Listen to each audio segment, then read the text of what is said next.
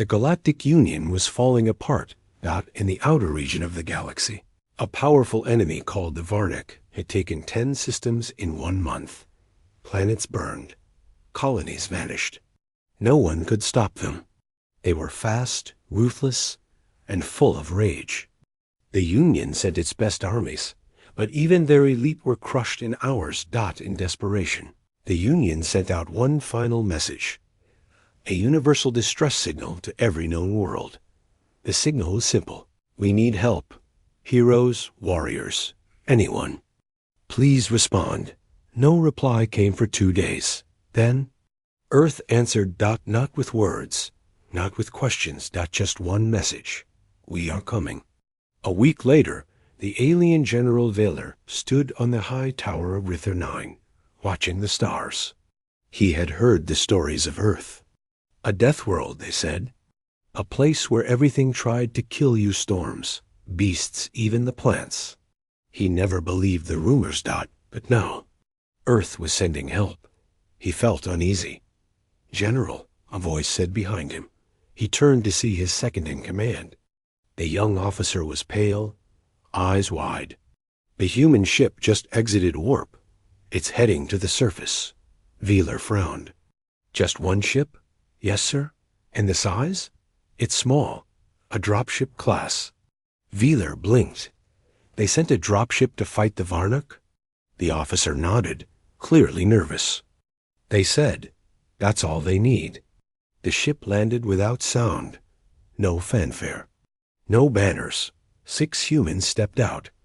Vaylor expected armor, glowing weapons, tech-enhanced suits. Instead, these humans wore light gear, almost casual, with black symbols on their arms. Their faces were calm. No fear. No excitement. Just silence. One of them, a tall woman with a scar across her jaw, walked to Vaylor. You're in charge? She asked. Vaylor nodded slowly. General Vaylor, I lead the defense. The human looked around the base, eyes sharp like a predator scanning prey. We'll handle the North Ridge, she said. Stay out of our way. Vaylor stepped back. There are only 6 of you. The woman smiled, but it wasn't a friendly smile. That's 6 too many for them. That night, the Varnak attacked. They came in waves, strong, fast, screaming. Vaylor's army held the central lines. Explosions lit the sky. Screams filled the air. The alien soldiers fought bravely, but it wasn't enough. Then. Silence. Not on the battlefield, but in the comms. The North Ridge, the area the humans were. Guarding had gone quiet. Vaylor ordered a drone to fly over and check. The drone reached the area and began to transmit video. Every soldier watching stopped moving. They saw fire. They saw broken machines. They saw the bodies of the Varnak ripped, crushed, melted, and they saw 6 humans walking through the smoke. One of them was dragging a Varnak leader by the tail, alive but broken. The others didn't even look tired. Then the feed cut out. Later, when one of Vaylor's officers spoke to a human for a report, the soldier only said one thing. You called for heroes. We brought hunters. Vaylor sat alone in the command room, watching the stars once more. His hands trembled. He realized now. The stories were true. Earth was a death world. And these humans were not heroes. They were monsters shaped by fire and pain. Not here to save. Not here to protect. They were here to end the enemy. And maybe, just maybe, if angered, they would end everything. The battlefield was still smoking when the sun rose over Rither 9. Alien medics moved quickly, treating the injured and clearing debris. Many soldiers had not slept. The night attack by the Varnak had left deep scars across the base. But on the northern ridge, the area defended by humans, there were no signs of a struggle. Only the stench of burning Varnak and silence. Vaylor walked to the edge of the ridge. What he saw made his breath catch. Crater after crater marked the path of the Varnak, but none had reached the walls. Not a single human had fallen. Instead, The monsters that had destroyed 2 full battalions the week before had been wiped out by just 6 humans. One soldier, a short and quiet alien named Rin, stood nearby holding a piece of Varnic armor. It was crushed by hand. They didn't just win, Rin said in a low voice. They played with them. In the command center, all communication feeds from the human side remained silent. No updates, no status checks, no requests. Wheeler ordered his technician to scan the human frequency. What are they saying? Wheeler asked. The tech looked confused. Nothing, sir. They don't use comms? No comms? The technician nodded. No signals, no digital chatter. It's like they read each other's minds. Wheeler didn't speak for a long moment. Then, or they've trained so well, they don't need to talk. Outside, 2 alien scouts were sent to observe the humans more closely. They crept to a hill overlooking the Deathworlder's temporary camp. The humans sat around a fire, no tents, no guards posted. One of them sharpened a blade slowly. Another cleaned alien blood from a strange weapon. No one laughed. No one told stories. One human stood up and stared straight at the scouts hiding in the shadows. Though they hadn't made a sound, the scout froze. The human's eyes glowed faintly in the firelight, and he raised a hand, not to wave, not to warn, but to gesture something simple. We see you. The scouts ran back terrified. Meanwhile, word spread fast across the base. Soldiers who had once mocked Earth now whispered about them like ghost stories. They don't eat, one said. They don't sleep, added another. I heard one walked through plasma fire and didn't burn. My cousin saw one kill a Varnic with a rock, just a rock. Wheeler tried to keep order, but even he was beginning to wonder. That night, the enemy returned. This time, they hit the eastern line with full force. Alien defenses crumbled. The Varnic brought tanks, air support, and new beasts. Wheeler ordered backup. He screamed into the comms for help. No answer. Then, without warning, the enemy tanks explode on one after another, like dominoes. From the smoke, the humans emerged. No armor. No shields. Just fury in motion. One leaped onto. A beast 3 times his size and snapped its neck in one move. Another stood still as plasma bolts hit her body armor, then calmly walked forward and knocked the shooter unconscious. The aliens watching didn't cheer. They simply stared in silence. This wasn't war. This was punishment. After the battle, the humans returned to their corner without saying a word. One alien commander dared to approach the tall woman with the scar, clearly their leader. You fought like devils, he said. She looked at him, emotionless. We're not here to fight, she replied. We're here to end it. The commander asked, and what if we become the threat next? She didn't answer. She only walked away. Later that night, Wheeler gathered his officers. Have we made a mistake? He asked. We begged for heroes. We expected honor, bravery, strategy. He looked out toward the ridge where the Deathworlders sat in silence. But we didn't get heroes, he whispered. We got something else. The footage played on a loop. One human, alone. He had entered the Varnic fortress under moonlight. No team, no backup, no sound. Surveillance drones captured shadows, then screams, gunfire, shrieks, then silence. When the drones flew closer, they showed the human sitting calmly in the enemy command center. Around him, over 40 Varnic soldiers lay unconscious or dead. He looked into the drone's lens, wiped blood from his hands, and said only one thing: send us the next one. General Wheeler stood frozen, watching the screen. None of his officers spoke. The room was cold. The war had changed. The rules were gone. They didn't coordinate this, Wheeler muttered. No orders, no chain of command. He just knew what to do. The base medic, a quiet alien named Osha, finally said, "They're not waiting for us. They don't need us. They don't need orders." Wheeler's hand trembled slightly as he turned off the screen. Because they've done this before. Again and again. Later that day, Osha was assigned to observe one of the humans, one who had taken a plasma wound during the last fight. She approached with care, medkit in hand. Human sat on a stone, shirt off, cleaning his own wound with a burning hot knife. Osha gasped. "Wait, let me." He looked up at her, eyes steady. "I'm already done." She looked at the fresh, sealed skin. It was still smoking, but the bleeding had stopped. A smell of scorched flesh filled the air. You burned your own." "Flesh shut?" He nodded. "Faster.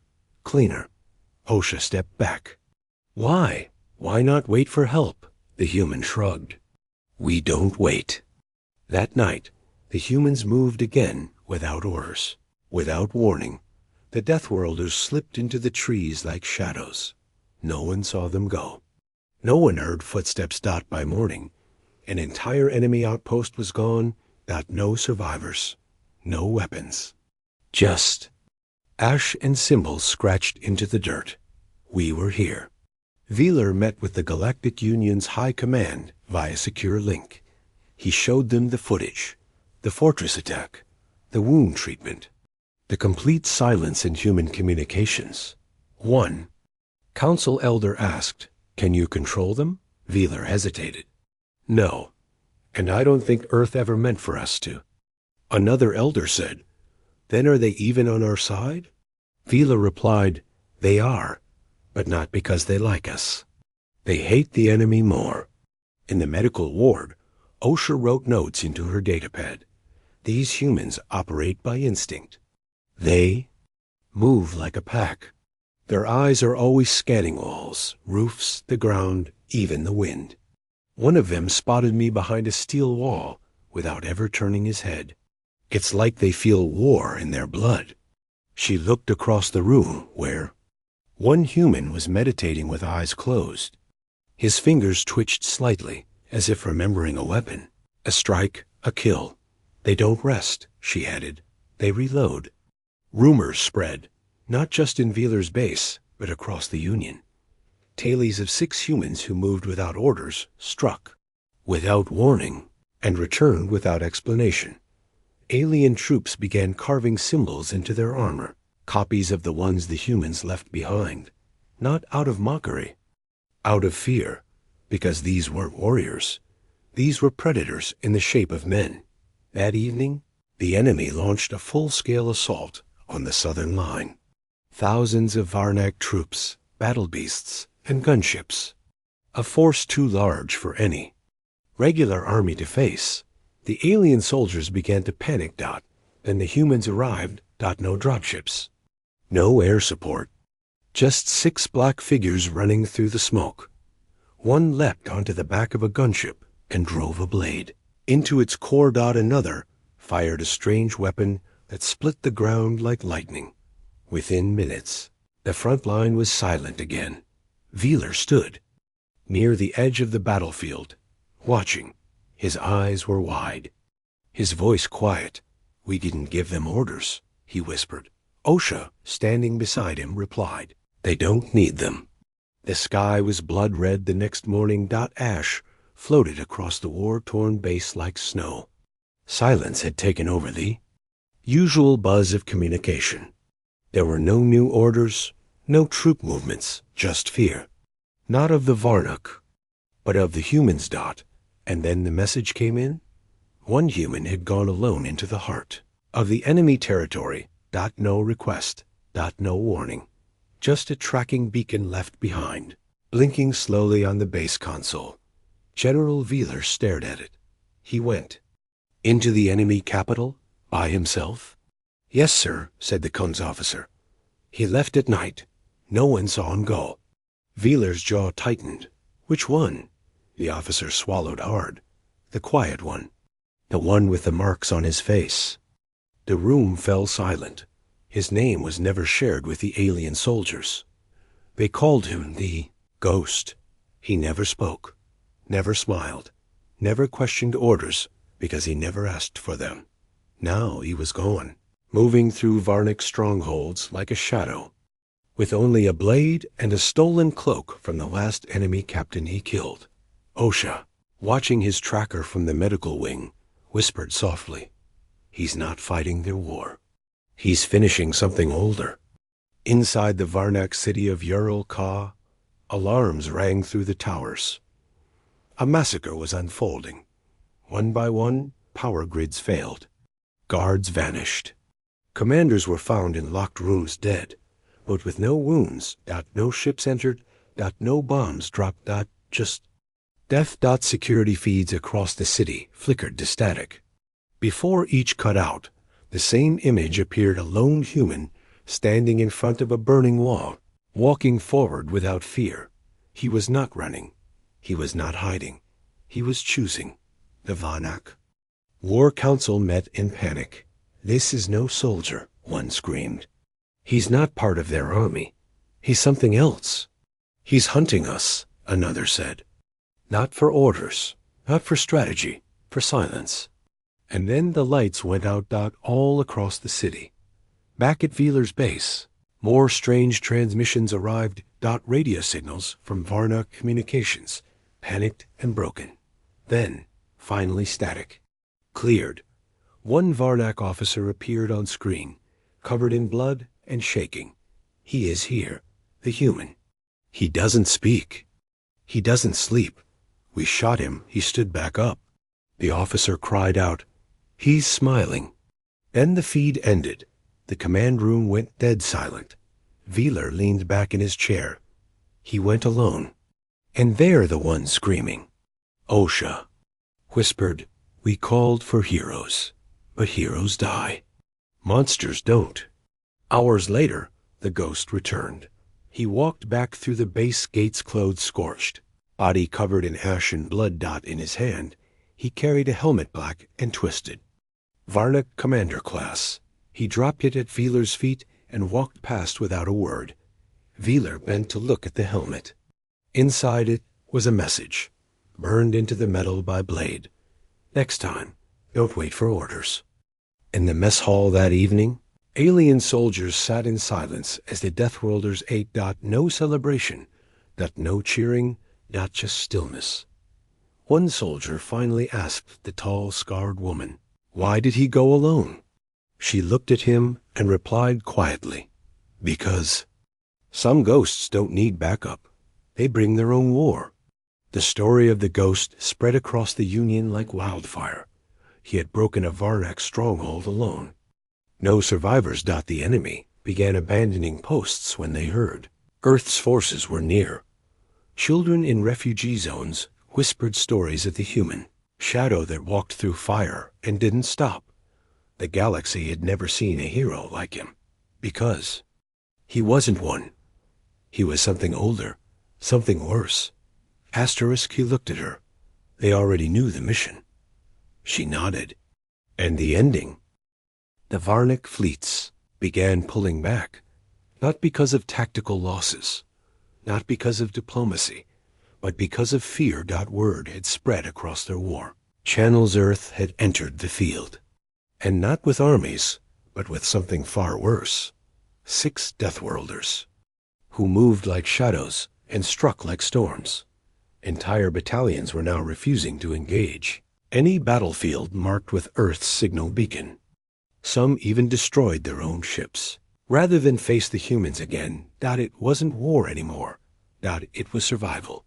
General Veeler stood before the Union War Council's holographic display, watching sector after sector flash blue cleared by the Deathworlders.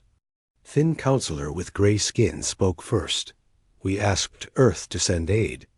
Veeler nodded slowly. "They did," the counselor frowned. "We asked for warriors." Veeler didn't blink. "They sent monsters."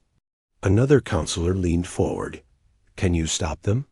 Veeler stared at the glowing screen and replied, "Would." "You even try?" Back on Rither 9, the base had changed. Alien soldiers once proud and loud were now quiet. They sharpened weapons slower. They looked over their shoulders more, not at the enemy, but at the humans among them. The Deathworlders said little, ate alone, trained together, but every night they vanished into the dark, and every morning more of the enemy was gone. One night, Osha saw something strange. She followed the humans as they left camp. Not too close, she knew better, but just close enough to see their path. They didn't talk. They didn't signal, but they moved like one creature. Osha watched as they reached a dead zone, an area overrun with Varnak scouts. She raised her scope, expecting an ambush, maybe a firefight. Instead, she saw fear. The Varnak began running the moment the humans appeared. They dropped weapons. They howled in panic. And the humans? They didn't chase. They walked. When Osha returned to base, she wrote in her log, "The Varnak are no longer fighting a war. They are fleeing from ghosts. We didn't just call Earth. We summoned a memory that the galaxy had forgotten, why Deathworlders were never meant to be involved in galactic war." In orbit, another signal went out. Not from the Union. From the Union. Varnak themselves. A message sent to every system, every enemy, every neutral world. Do not engage the humans. Do not respond to Earth. Do not answer if they speak. But it was too late. The humans weren't here to speak. They were here to finish. Wheeler received a private message from Earth's command. A simple transmission, encoded but brief. It read, 6 deployed. No extraction requested. Observation only. No control needed. Wheeler blinked. Observation only? He realized Earth had sent them without backup because they never intended to bring them back. These Deathworlders weren't just elite. They were unleashed. That evening, a new alien species arrived at the base, small, thin, feathered beings from a peaceful colony that had been overrun by the Varnak. They came with wounded, with fear in their eyes, begging for help. Wheeler rushed to speak with them. "You're safe here. Our defenses are strong." But the alien leader shook his head. "Not from the Varnak, from them." He pointed to the humans. Across the courtyard. "We called for help," he whispered. "But you summoned monsters." Wheeler said nothing, because deep inside, he agreed. The sky above Rithanine was dark. Again, but not from nightfall. Smoke. Entire clouds of it. The Varnak had made one final push. Desperate. Suicidal. They sent everything bombers. Bio-beasts, fireworms, plasma tanks. A storm of destruction, aimed at breaking through the line and reaching the main base. The Galactic Union's generals panicked. Orders shouted across every channel. Troops retreated, regrouped, begged for more time. But the Deathworlders were already gone. They didn't wait for orders. They never did. 3 hours later, the storm stopped. Not slowly. Not like a battle fading. It ended all at once. When the dust cleared, 6 humans stood at the edge of the scorched valley.